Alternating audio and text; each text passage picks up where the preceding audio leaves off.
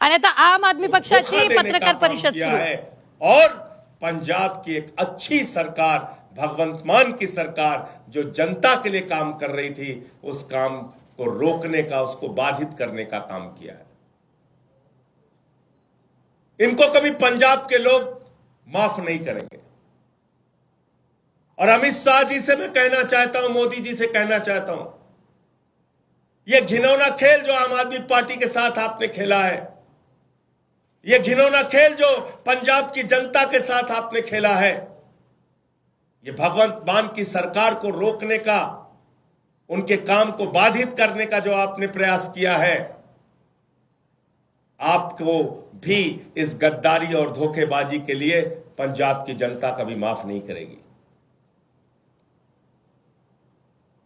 और सब देख रहा है कौन कहां से कैसे उठ के किसको कहां से कहां पहुंचाया गया। तो इसलिए आज मन बहुत व्यथित है, दुखी है इस बात के लिए कि एक अच्छी सरकार पंजाब में चल रही है, भगवंत मान जी वहां के लोगों के लिए अच्छा काम कर रहे हैं, शिक्षा पे, स्वास्थ्य पे, बिजली पे, पानी पे, सरकारी नौकरियां देने पर, ये सारे काम कर रहे हैं।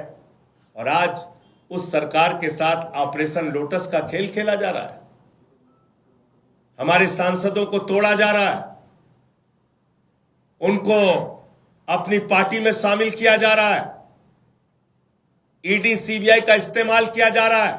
आपको याद होगा भी कुछ दिन पहले, 2-3-4 दिन पहले अशोक मित्तल के यहां ईडी का छापा पड़ा। तो चीजें अपने आप में जुड़ती है, ईडी का छापा पड़ा और तोड़ लिया। इसका मतलब भय दिखा के, प्रशासनिक तंत्र का दुरुपयोग करके यह ऑपरेशन लोटस चलाया जा रहा है। मैं फिर दोहरा रहा हूं, पंजाब की जनता इन गद्दारों को कभी माफ नहीं करेगी। मुझे इतनी बात कहनी थी। आपके जो प्रश्न आप पूछ सकते हैं।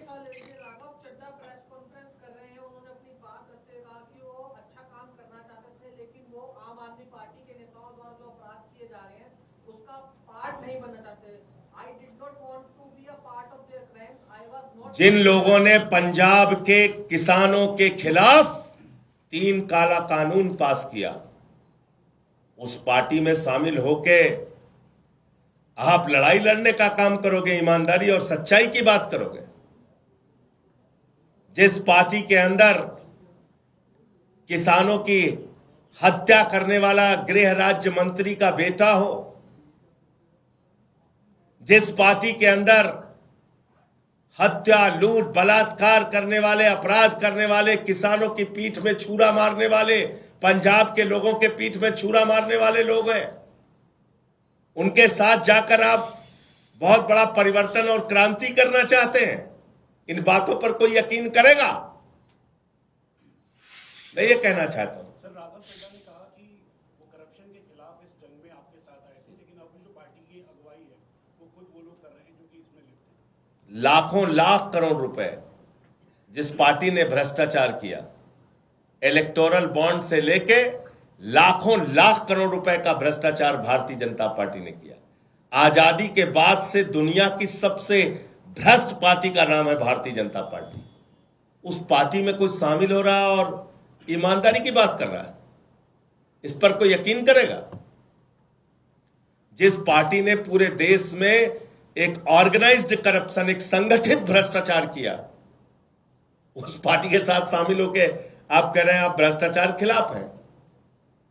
कौन मानेगा आपकी बात?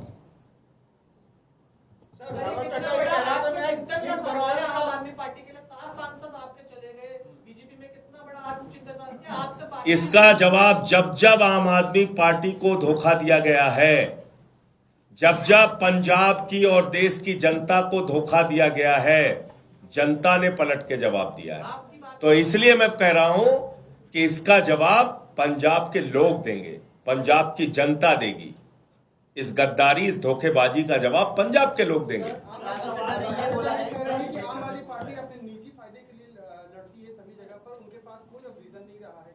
और वो तपस्या करने गए हैं।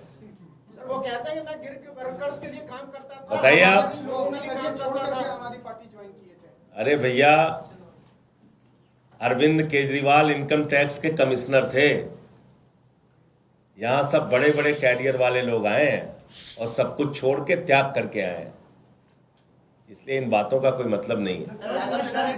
ऑपरेशन लोटस है, अमित शाह के नेतृत्व में है, मोदी के नेतृत्व में है, भारतीय जनता पार्टी के नेतृत्व में है और पंजाब के साथ गद्दारी करने के लिए है।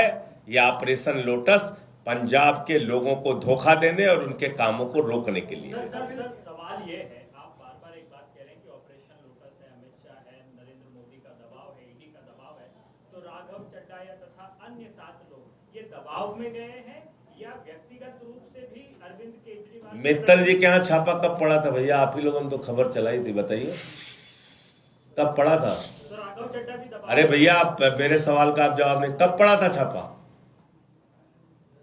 3 दिन पहले। और अभी कहां है? भारतीय जनता पार्टी में। तो ये सवाल तो बीजेपी वालों से पूछिए ना, पूछिए। कल तक जिस पे ईडी का छापा मार रहे थे, आज वो बीजेपी में है। तो इसका मतलब ये ऑपरेशन लोटस है। कुछ को दिखाया जाता है, कुछ को डराया जाता है। डर से गए? एक के गर्दन पे छुरी लगाई, बाकी को कहा तेरे पे लगा देंगे छुरी। यही होता है ऑपरेशन लोटस। और क्या होता है? आपके